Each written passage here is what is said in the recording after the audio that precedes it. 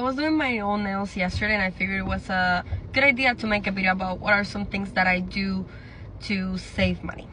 First thing is that I do my own nails at home. I started doing my own nails about 2-3 months ago when I decided we were gonna go for purchasing a house, and I figured out how to start cutting on different costs now that my expenses were going to change.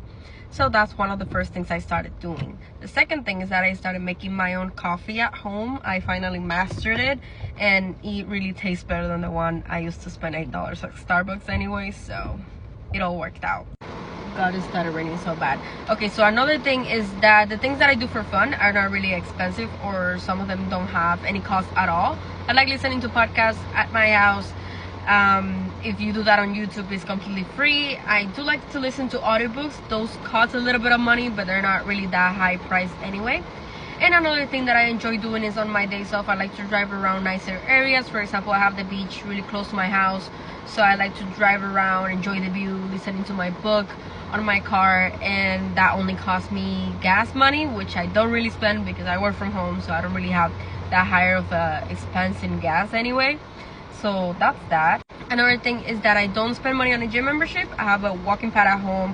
I have weights that I can use to do different exercises, so I don't spend money on a gym membership.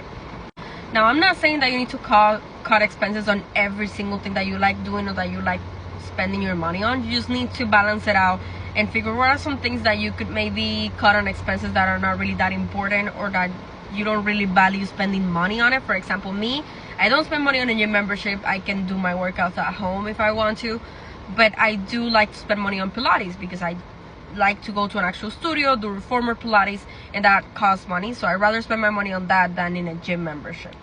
So you just have to balance it out, and of course always do what works for you. I'm not saying you need to cut on every single expense that you have. It really depends on what matters to you.